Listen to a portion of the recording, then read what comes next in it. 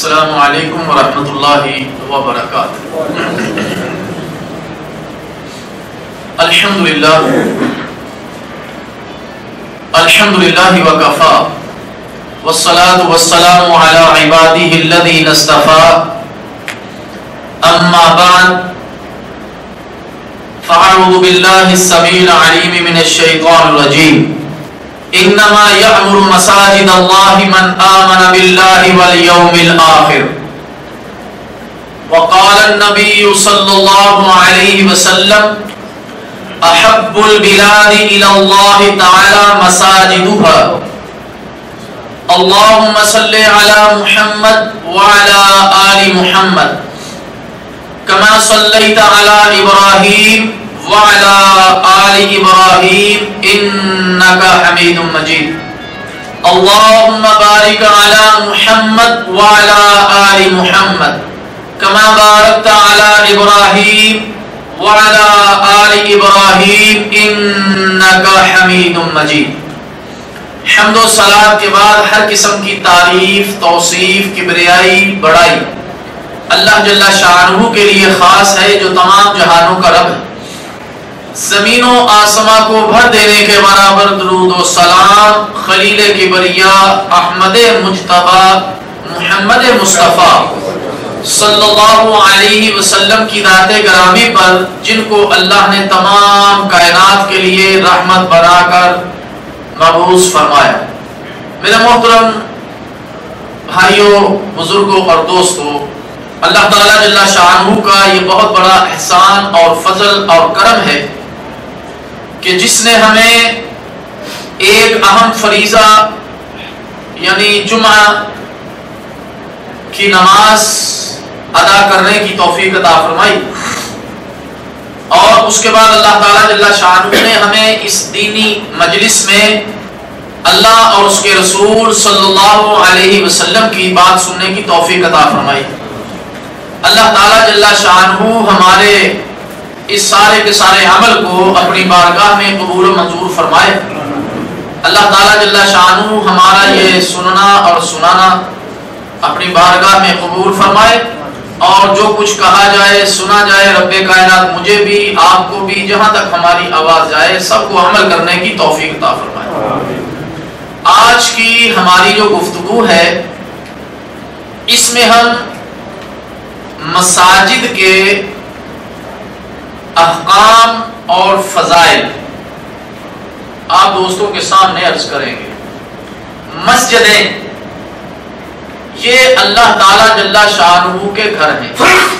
اللہ تعالیٰ جل شانہ نے مساجد کے بارے میں ارشاد فرمایا، انما یعمر مساجد اللہ من آمن باللہ والیوم الآخر، اللہ کی مسجدوں کو وہ آباد کرتے ہیں جو اللہ تعالیٰ جل شانہ پر بھی ایمان لاتے ہیں اور آخرت پر بھی ایمان لاتے ہیں۔ اللہ کی مساجد کو، اللہ کے گھروں کو آباد کرنے والے کون لوگ ہیں؟ جو اس اللہ پر بھی ایمان لاتے ہیں اور آخرت کے دن پر بھی ایمان لاتے ہیں۔ آباد کرنے سے مراد کیا ہے؟ کہ ان کا بنانا بھی ہے، ان میں نمازوں کا ادا کرنا ہے، اور ان میں قرآن کی تلاوت کرنا ہے، ذکر و اذکار کرنا ہے، ان مساجد میں اللہ اور اس کے رسول صلی اللہ علیہ وسلم کی دین اسلام کی بات کرنا ہے۔ یہ ساری کی ساری چیزیں مساجد کے آباد کرنے میں آ جاتی ہیں۔ اور اللہ کے رسول صلی اللہ علیہ وسلم نے ارشاد فرمایا، اور یہ صحیح مسلم کی حدیث ہے، کہ احب البلاد الی اللہ تعالی مساجدها، اللہ کے نزدیک سب سے پسندیدہ جو جگہ ہیں، اللہ کے نزدیک پسندیدہ جو جگہ ہیں وہ مسجدیں ہیں۔ اب ہم آگے بڑھ کر ان مساجد کے فضائل اور احکام اور مسائل آپ حضرات کے سامنے عرض کرتے ہیں، تاکہ ہمیں ان مساجد کے بارے میں احکام بھی ہمارے سامنے آ جائیں اور اس کے مسائل بھی ہمارے سامنے آ جائیں، اور جو مسجد کو بناتا ہے آباد کرتا ہے اس کی فضیلت بھی ہمارے سامنے واضح ہو جائے۔ اللہ کے رسول صلی اللہ علیہ وسلم نے ارشاد فرمایا، اور یہ صحیح بخاری کی حدیث ہے، کہ جو اللہ کی رضا کی خاطر مسجد تعمیر کرتا ہے، اللہ کو خوش کرنے کے لیے، صرف اور صرف اللہ کی رضامندی حاصل کرنے کے لیے مسجد کو تعمیر کرتا ہے، تو اللہ تعالیٰ اس کے لیے جنت میں ویسا ہی گھر تعمیر فرماتا ہے۔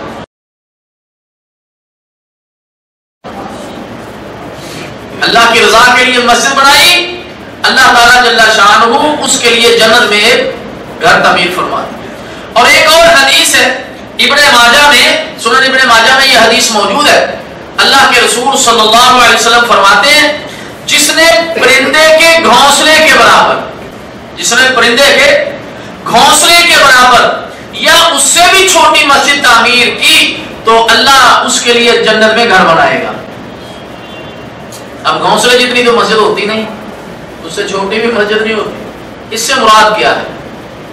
مراد یہ ہے کہ مسجد تعمیر ہو رہی، لوگ بڑھ چڑھ کر مسجد میں حصہ ڈال رہے ہیں، ایک آدمی کے پاس صرف اتنا ہے کہ اس سے صرف جتنا پرندے کا گھونسلہ ہے اتنا ہی اس کے پاس خرچہ ہے، کہ اتنی ہی تعمیر ہو سکتی ہے، یہ اتنے ہی حصے پر اس کے پیسے خرچ ہو سکتے ہیں، تو وہ بھی اس فضیلت میں شامل ہو جائے، وہ بھی اس فضیلت میں شامل ہو جائے۔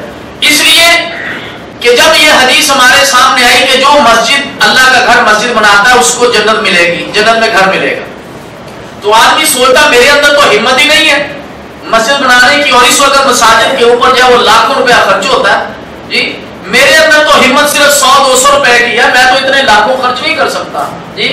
تو یہ جو دوسری حدیث میں نے آپ کے سامنے عرض کی کہ اللہ کے رسول صلی اللہ علیہ وسلم نے فرمایا جس نے پرندے کے گھونسلے کے برابر بھی، جی، تو پتہ چلا اگر کسی کے پاس تھوڑے ہی پیسے تھے، اس کے پاس صرف چند اینٹیں تھی، چند اس کے پاس سیمنٹ کی بوریاں تھی، 1000 بوری نہیں، جو مسجد میں لگنی تھی 1000 تھی، لیکن اس کے پاس 2-4 بوری کے پیسے، اس کے اوپر ٹنوں سریا لگنا تھا، اس کے پاس صرف 1 من سریا ہے، یا اس کے پیسے ہیں، یا اس کے پاس چند اینٹیں ہیں، جی، تو یہ بھی اس فضیلت سے محروم نہ رہے، بلکہ اس کو بھی وہ فضیلت میسر آ جائے کہ اگر اتنا بھی کسی نے مسجد کے اوپر جو ہے وہ لگا دیا تو اس کو بھی اللہ تعالیٰ جل شانہ کیا عطا فرمائے کہ جنت میں، جی۔ تو اس لیے یہ دل کے اندر نہیں سوچنا چاہیے کہ میرے پاس تھوڑا ہے تو ہو سکتا ہے کہ میں اس فضیلت میں داخل نہ ہوں۔ انشاءاللہ اگر اس کی نیت اللہ کی رضامندی حاصل کرنے کی ہے، جی، اور اس کی نیت یہی ہے کہ یہ جو میں دے رہا ہوں اللہ کا گھر بنے گا، لوگ اس میں نماز پڑھنے کے لیے آئیں گے، انشاءاللہ اللہ اس کو بھی اس کی نیت کے برابر جو ہے وہ جنت میں۔ علماء کرام نے اس کے معنی یہ کیے کسی مسجد میں پرندے کے گھونسلے کے برابر اگر کام کی ضرورت تھی، جی، اور اس شخص نے وہ کام کروا دیا تو بھی اس کو اللہ تعالیٰ اجر عطا فرمائیں گے۔ مسجد تعمیر ہو چکی ہے لیکن کسی کونے میں کسی حصے میں مسجد کے حصے میں کوئی کام باقی رہ گیا، جی، پیسہ خرچہ ختم ہو گیا، اب کوئی آدمی آیا اس نے دیکھا اس نے وہ کام کروا دیا، جی، تو یہ بھی اس کے اندر کیا ہے شامل ہو جائے گا۔ اور اگر مسجد پہلے سے تعمیر شدہ تھی لیکن اس کی کیا ہے اس کو بڑھا دیا گیا، اس کو بڑھا دیا گیا، اب جو اس کو بڑھانے کے اندر شامل ہے وہ بھی اس فضیلت کے اندر داخل ہو جائے گا۔ یا مسجد بنی ہوئی تھی لیکن اس کی ترمیم ہونی تھی، کسی وجہ سے چھت کے اندر جو ہے وہ نقص پیدا ہو گیا، دیوار کے اندر نقص پیدا ہو گیا، یا رنگ روگن کروانا پڑ گیا، یا اس کی جو ہے وہ صفے وغیرہ یہ چیزیں جو ہے اس کے اندر ڈالنے کے لیے جو ہے وہ ضرورت پڑ گئی، تو یہ لوگ بھی انشاءاللہ تعالیٰ اس کے اندر کیا ہو جائیں گے شامل ہو جائیں گے۔ اب ہم یہ دیکھتے ہیں کہ مسجد کی تعمیر کے آداب کیا ہیں۔ ہم اس اپنے درس کو مختلف پوائنٹ کے اندر آپ کے سامنے جو ہے وہ عرض کریں گے انشاءاللہ۔ تو اگلا جو ہمارا پوائنٹ ہے وہ یہ ہے کہ مسجد کی تعمیر کے آداب کیا ہیں۔ پہلی بات تو یہ ہے کہ یہ مسجد صرف اور صرف اللہ کی رضا کے لیے بنانی چاہیے بس، اور کوئی مقصد نہ ہو۔ یہ نہیں کہ آج میں مسجد بناؤں گا اتنا بڑا بورڈ اور تختی میرے نام کی لگے گی، لوگ مجھے بڑی عزت اور احترام سے جو ہے وہ دیکھا کریں گے، جب میں گزروں گا تو لوگ کہیں گے کہ یہ ہے وہ آدمی جس نے یہ مسجد بنائی تھی۔ یعنی اپنی نفسانی خواہش اس کے اندر کوئی نہیں، صرف اور صرف ایک اللہ کو رضا، ایک اللہ کو خوش کرنے کے لیے، اللہ کی رضامندی حاصل کرنے کے لیے وہ مسجد بناتا ہے۔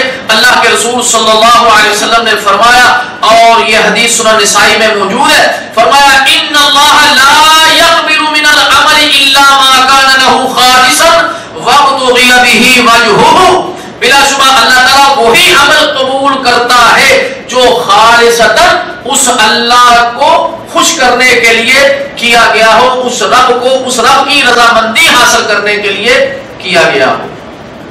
تو اگر آدمی مسجد بناتا ہے یا اس کے اندر کچھ حصہ لگاتا ہے تو اس کی نیت کیا ہونی چاہیے؟ اپنے رب کی رضامندی کہ وہ رب مجھ سے کیا ہو جائے، راضی ہو جائے۔ اگر کسی نے، جس طرح میں نے یہ عرض کیا، دنیا کو راضی کرنے کے لیے، خوش کرنے کے لیے، دکھلانے کے لیے یہ عمل کیا تھا تو یہ عمل اس کا قابل قبول نہیں ہوگا، چاہے جو ہے وہ 200 ایکڑ میں ہی کیوں نہ مسجد بنا دی جائے، لیکن اگر اللہ کی رضامندی نہیں ہے، نیت کے اندر خلوص نہیں ہے، تو اس کا یہ عمل قبول نہیں ہوگا۔ اسی طرح قبرستان میں مسجد تعمیر نہیں کرنی چاہیے۔ قبرستان موجود ہے، اب یہ نہیں کہ وہاں پر جو ہے وہ مسجد بنانی شروع کر دے۔ اگر قبرستان میں مشرکین کی قبریں تھیں تو ان قبروں کو اب اکھیڑ دیا جائے گا، ختم کرنے کے بعد وہاں پر مسجد کی تعمیر کر دی جائے گی۔ لیکن اگر مسلمانوں کا قبرستان ہے تو پھر اس کو اکھیڑا نہیں جائے گا اور وہاں پر مسجد نہیں بنائی جائے گی، مسجد کے لیے کوئی اور انتظام کیا جائے۔ مشرکین کی قبروں کو اکھیڑ دیا جائے گا۔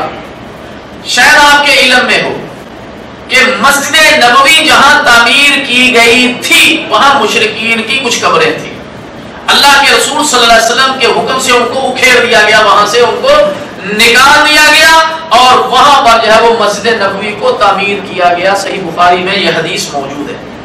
اور اللہ کے رسول صلی اللہ علیہ وسلم نے فرمایا اس وقت تک قیامت نہیں آئے گی، قیامت کی نشانیوں میں سے یہ بھی نشانی ہے، اس وقت تک قیامت نہیں آئے گی جب تک کہ لوگ مساجد کی تزئین، اس کی خوبصورتی زبائش نہ کرنے لگ جائیں، مسجدوں کی تزئین، اس کی زبائش، اس کی خوبصورتی کو جو ہے اس کے اندر نہ لگ جائیں، اور یہ قیامت کی نشانیوں میں سے نشانی ہے، اور یہ نشانی اللہ کے رسول صلی اللہ علیہ وسلم کی بتلائی ہوئی پوری ہو چکی ہے۔ اس لیے کہ اس وقت جو مساجد بنائی جا رہی ہیں ان کے اندر جو زبائشیں اور جو پتھر اور جو پھول بوٹے اور جو اس قسم کی چیزیں لگائی جا رہی ہیں وہ اس حدیث کے حکم کے اندر جو ہے وہ آتی ہیں، اس لیے کہ ان چیزوں کا اگر کوئی در و دیوار کے اوپر پھول بوٹے بناتا ہے تو اس سے نماز کے اندر تو کوئی فرق نہیں ہے، الا یہ کہ یہ فرق ہو سکتا ہے کہ دیکھنے والے کی اگر نگاہ پھول بوٹوں کے اوپر پڑ گئی اور اس کا دھیان اللہ کی طرف سے ہٹ گیا تو سارے کا سارا معاملہ کیا ہے جی۔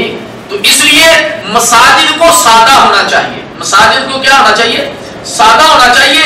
یہ جو کچھ آج کل مساجد کے ساتھ یہ کیا جا رہا ہے اور جتنا پیسہ ان مساجد کے اوپر لگایا جا رہا ہے جی، اگر یہی پیسہ ایسی مساجد کے اوپر لگا دیا جائے کہ جہاں اشد ضرورت ہے جی، تو یہ وہاں لگانا کیا ہے؟ یہ ایک مسجد پہلے سے تعمیر شدہ ہے، پہلے سے تعمیر شدہ، اب اس کو جو ہے وہ پھر اس کے اوپر جی پھول بوٹے اور جیسے جیسے وقت گزر رہا ہے جی ڈیزائننگ زیادہ آتی جا رہی ہے، لوگ بھی پھر جو ہے وہ زیادہ یہ چیزیں مسجد کی در و دیوار کے اوپر جو ہے وہ لگانے لگ گئے ہیں۔ ان چیزوں سے پرہیز ہونا چاہیے، اور ایسی جگہ جہاں ایک چھوٹی سی مسجد ہے، نمازی زیادہ ہے، یہ پیسہ وہاں پر لگا دیا جائے جی۔ یہاں تو پہلے سے الحمدللہ مستقل مسجد موجود ہے، لوگ یہاں پر آ رہے ہیں، جو پیسہ مزید اس کی جو ہے وہ خوبصورتی پہ لگانا ایسی مسجد پہ لگا دیا جائے کہ جہاں لوگ نماز پڑھنے کے لیے آتے ہیں لیکن وہاں پر بہت ساری ضروریات باقی ہیں، صفے نہیں ہے وہاں پر، یا مسجد چھوٹی ہے، نمازی زیادہ ہیں، لوگ سڑکوں کے اوپر یا گلی کے اندر جو ہے وہ صفے لگاتے ہیں، چلو ساتھ والا ایک اور گھر خرید لیا، کوئی اور زمین خرید لی اور وہ مسجد کے اندر جو ہے وہ داخل کر دی جائے تاکہ ان لوگوں کا یہاں پر جو کیا ہو جائے، پیدا ہو جائے۔ جیسا کہ اب آپ کے سامنے مکہ مکرمہ ہے، مسجد حرام ہے، لوگ بڑھتے جا رہے ہیں اور وہ کیا کر رہے ہیں آہستہ آہستہ جو ہے وہ سارا جو ہوٹل ہے جو جگہ ہے ان کو خرید کر اس مسجد کے اندر داخل کر رہے ہیں تاکہ لوگوں کی ضرورت کو کیا کیا جائے پورا کیا جائے۔ سیدنا عمر رضی اللہ تعالیٰ عنہ نے مسجد نبوی کی تعمیر کا حکم دیا اور فرمایا میرا مقصد لوگوں کو بارش سے بچانا ہے، میرا مقصد جو ہے وہ کیا ہے لوگوں کو بارش سے بچانا ہے۔ اللہ کے رسول صلی اللہ علیہ وسلم کے زمانہ مبارک میں مسجد کی چھت آپ کو پتا ہے کہ کس سے بنی ہوئی تھی؟ جی کھجور کے جو تنے ہیں جی وہ ڈالے گئے، جس طرح آپ چھتیر وغیرہ جو ہے وہ ڈالتے ہیں، اس کے اوپر چھپر وغیرہ کے لیے جو ہے اس کے پتے وغیرہ اس کا بھوس وغیرہ جو ہے وہ ڈالا ہوا تھا۔ جب بارش ہوتی تھی تو قطرے جو ہے وہ نیچے آتے تھے جی۔ تو سیدنا عمر رضی اللہ تعالیٰ نے جب حکم دیا فرمایا کہ میرا اس سے جو ہے مقصد لوگوں کو بارش سے بچانا ہے اور مسجدوں پر سرخ یا زرد رنگ مت کرو، اس سے لوگ فتنے میں پڑ جائیں گے۔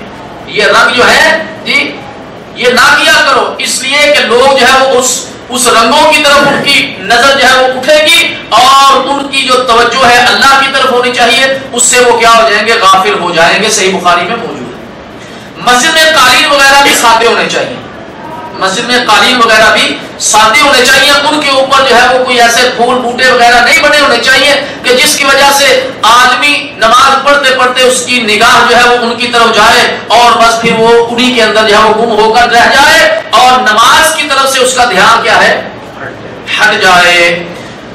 بی بی سیدہ عائشہ صدیقہ رضی اللہ تعالی عنہا فرماتی ہیں کہ اللہ کے رسول صلی اللہ علیہ وسلم کے گھر کے آگے ایک پردہ لٹکا ہوا تھا، یہ پردہ لٹکا ہوا تھا، اللہ کے رسول صلی اللہ علیہ وسلم نے فرمایا کہ اس پردے کو میرے سامنے سے ہٹا دو، اس پردے کو کیا کرو ہٹا دو، کیونکہ اس کے نقش و نگاہ جو ہے نقش و نگاہ وہ کیا ہے نماز کے اندر خلل پیدا کرتے ہیں، نماز کے اندر کیا ہے خلل پیدا کرتے ہیں، اور یہ حدیث صحیح بخاری میں موجود ہے جی۔ تو پتہ چلا کہ ایسی چیز جو نماز میں خلل پیدا کرتے ہیں اس کی توجہ کو اللہ سے ہٹا دے، ایسی چیز کو مسجد میں بھی اور گھر کے اندر بھی نہیں ہونا چاہیے۔ اسی طرح اگر آپ کے گھر کے اندر ایسے کوئی پردے لٹکے ہوئے ہیں، در و دیوار کے اوپر کوئی چیز ایسی بنی ہوئی ہے جس سے جو ہے وہ آپ کی نگاہ ان کی طرف پڑنے کے بعد کیا ہو سکتا ہے نماز سے آدمی کی توجہ ہٹ سکتی ہے، تو ایسی چیز کو ہٹا دیا جائے گا۔ اسی طرح مساجد میں گھڑیاں لگائی جاتی ہیں،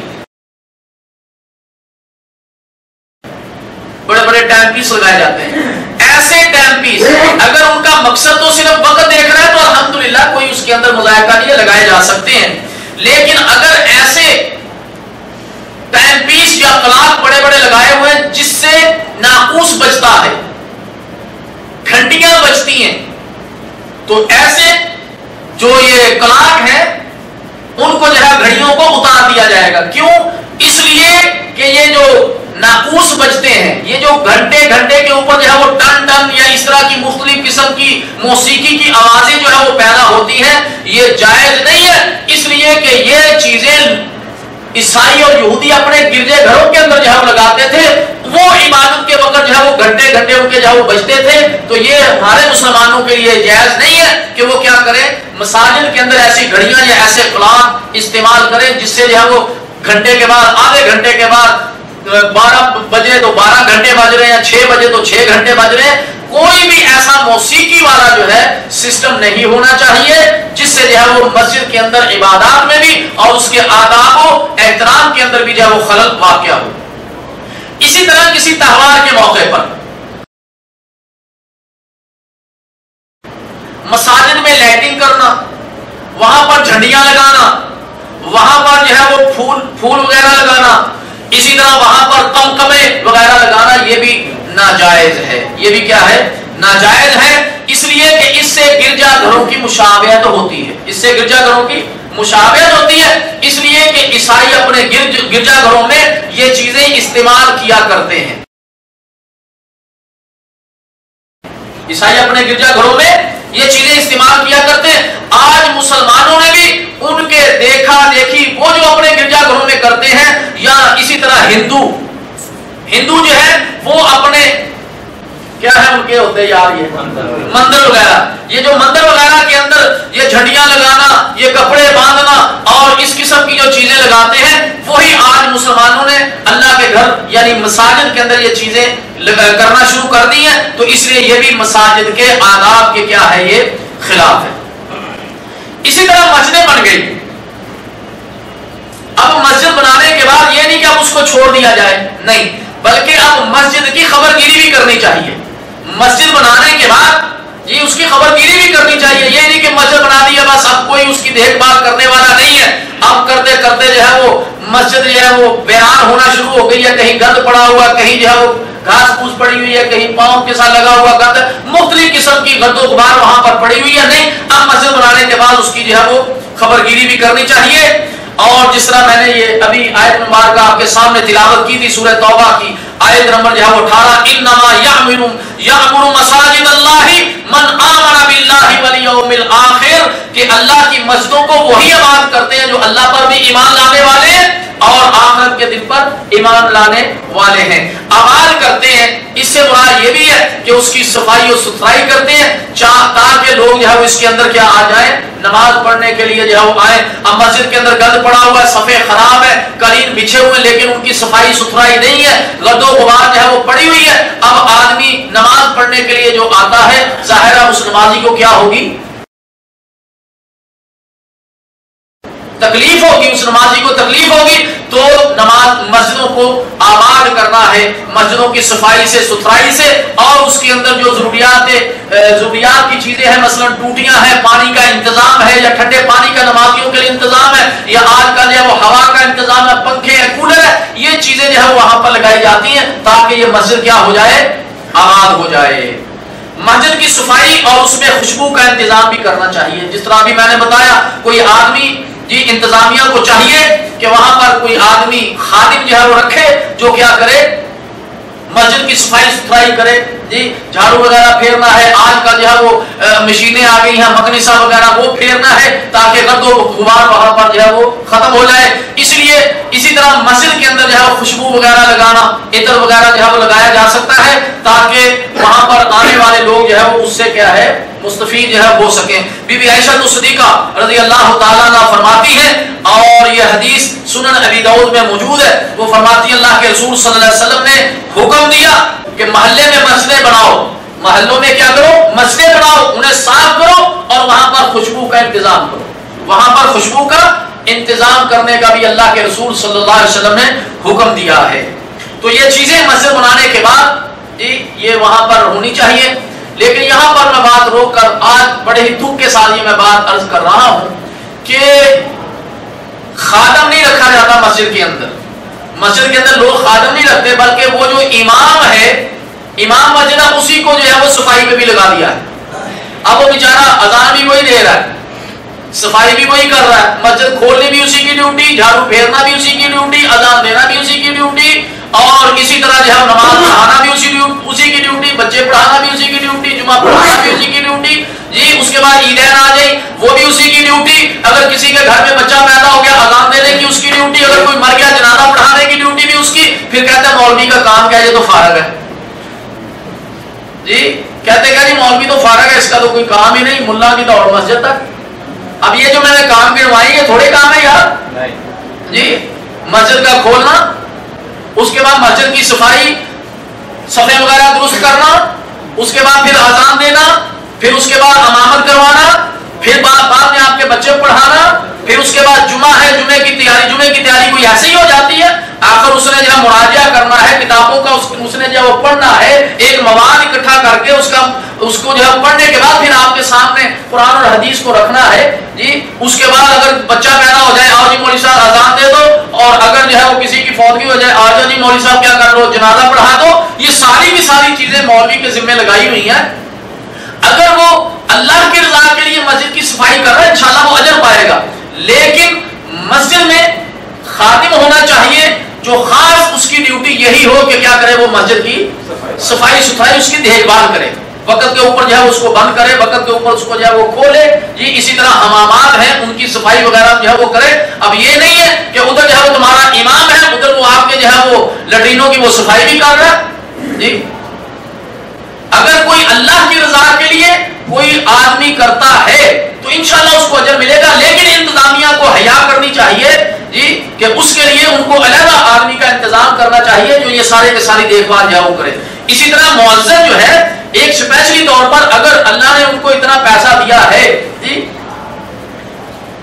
کہتے جی مہینہ جب آتا ہے نا جی، جو تنخواہ ملتی ہے یا جو کاروبار میں پیسہ آتا ہے اس میں سے جی ہم نے 5,000 کے کپڑے بنا لیے جی، 10,000 روپیہ ہمارا جو ہے وہ خرچ ہو گیا کس پر، کھانے پینے پہ خرچ ہو گیا، یہ 500-700 روپیہ جو ہے وہ جی یہ تیل پہ خرچ ہو گیا، یہ 1,000-1,200 روپیہ خرچ ہو گیا جی بجلی کے بل پر خرچ ہو گیا، یہ تقریباً 800-900 جو ہے یہ ٹیلی فون کے اوپر خرچ ہو گیا، یہ 400-500 ریال جو ہے یہ گیس کے اوپر خرچ ہو گیا، یہ اتنا پیسہ اس پہ خرچ ہو گیا، یہ اتنا بیماری پہ خرچ ہو گیا، اور اس میں سے ہم نے جو ہے وہ 200 روپیہ مولوی کو بھی دے دیا، 200 روپیہ اس میں سے مولوی کو بھی دیا ہے، اور یہ بڑا احسان کیا ہے. 24 گھنٹے کی ملازمت اور 200 روپیہ دے کر 500 روپیہ دے کر تم جو ہے وہ احسان جتلا رہے ہو جی.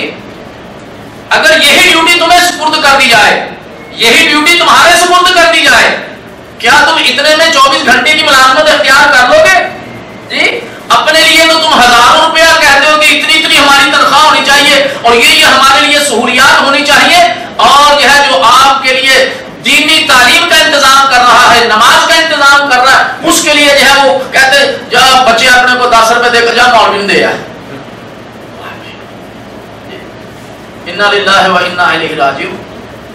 یہ حکومت کی ذمہ داری ہے کہ مساجد کے ائمہ اکرام کے لیے جو ہے وہ انتظامات کرے، لیکن اگر حکومت کے اندر شرم نہیں ہے، وہ بے حیا ہو چکی ہے جی، اور ان کے پاس اخراجات کے پیسے ہیں لیکن یہاں وہ بے شرم ہو چکی ہے، دین کے معاملے کے اندر وہ بالکل خرچ نہیں کرنا چاہتی، تو اہل محلہ کو جتنے وہاں پر لوگ ہیں ان کو ایک کمیٹی بنانی چاہیے، ایک انتظامی امور کے جی کمیٹی بنانی چاہیے جو سارے کے سارے امور کو دیکھے اور یہ وہ احساس کرے اس چیز کا کہ ہم اپنے گھر میں اتنے بچوں کے ساتھ کتنا خرچہ کرتے ہیں، ہم اتنے بچوں کے ساتھ کس قسم کے گھر کے اندر رہنا پسند کرتے ہیں، ہم جو ہے وہ کس قسم کا کھانا پسند کرتے ہیں. اسی طرح کا انتظام ایسے شخص کے لیے کرے جن کو آپ نے اپنا امام بنایا، جن کو آپ نے اپنا امام بنایا. یہ نہیں ہے کہ گھر کے اندر کھایا پیا خوب، تھوڑا سا سالن بچا جا مولوی کو دیا جا مولوی کو دے آؤ.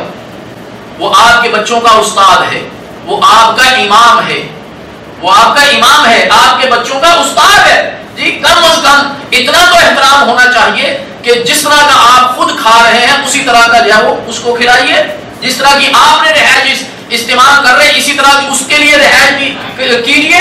اب یہ نہیں ہے کہ آپ کاروں کا سفر کریں اور جو ہے وہ بیچارہ جو ہے وہ 2 میل پیدل سفر کر کے گرمی اور دھوپ اور سردی کے اندر آ کر جو ہے وہ آپ کو نماز پڑھائے اور پھر آپ شام کو اس کو کہیں مولوی صاحب آپ کا کام ہی کیا آپ تو فارغ رہتے ہیں جی. ٹھیک ہے ڈیوٹی 2 دن نبھا کے دیکھ لیں جی. یہ میں بڑے دکھ کے ساتھ جو ہے وہ کہہ رہا ہوں جی. اس لیے مساجد کی کمیٹیوں کو چاہیے کہ کم از کم امام کے جو ضروری اخراجات ہیں، میں یہ نہیں کہہ رہا کہ تم جو ہے ان کو گاڑیاں خرید کر دو یا ان کے لیے جو بڑے بڑے بنگلے بناؤ، کم از کم اس کی ضروریات کو جو ہے وہ آپ مد نظر رکھتے ہوئے اتنی اس کی تنخواہ رکھیے جس سے اس بیچارے کا گزر بسر جو ہے وہ آسانی سے ہو جائے. یہ نہ ہو کہ وہ آپ کی جیبوں کی طرف جو ہے وہ دیکھتا رہے کہ کب کوئی آئے گا اور مجھے دے گا اور میں پھر جو ہے بجلی کا بل اپنے گھر کا دوں گا یا ہمارے گھر میں کوئی کھانا پکے گا. نہیں میرے بھائیوں، یہ اس مسجد کی انتظامیہ جو کمیٹی ہے اس کی یہ اس کی ڈیوٹی ہے کہ وہ سارے کے سارے اس کے اخراجات کو کیا کرے، برداشت کرے جی. مساجد کی آباد کاری، اللہ کے رسول صلی اللہ علیہ وسلم نے فرمایا 7 قسم کے آدمیوں کو اللہ تعالیٰ قیامت والے دن اپنے سائے میں جگہ دے گا. پوائنٹ کیا ہے؟ مسجدوں کی آباد کاری، مسجدوں کو آباد کرنا. اور اللہ کے رسول صلی اللہ علیہ وسلم نے کیا فرمایا؟ صحیح بخاری کی یہ حدیث ہے، فرمایا کہ 7 قسم کے لوگ ہیں قیامت کے روز اللہ تعالیٰ جل شانہ اپنے عرش کے سائے میں ان کو جگہ دے گا جس دن کوئی اور سایہ نہیں ہوگا. جس دن کوئی اور سایہ نہیں ہوگا. ان میں سے ایک وہ بھی شخص ہے جس کا دل مسجد میں اٹکا رہتا ہے، جس کا دل مسجد میں اٹکا رہتا ہے، مسجد میں بیٹھنے کو وہ پسند کرتا ہے جی.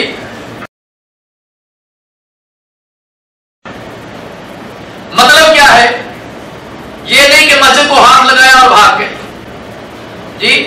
مسجد میں کچھ دیر بیٹھتا ہے، ذکر اذکار کرتا ہے، قرآن کی تلاوت کرتا ہے، درود شریف وہاں پر پڑھتا ہے، نماز کا وقت ہے تو نماز کو ادا کرتا ہے.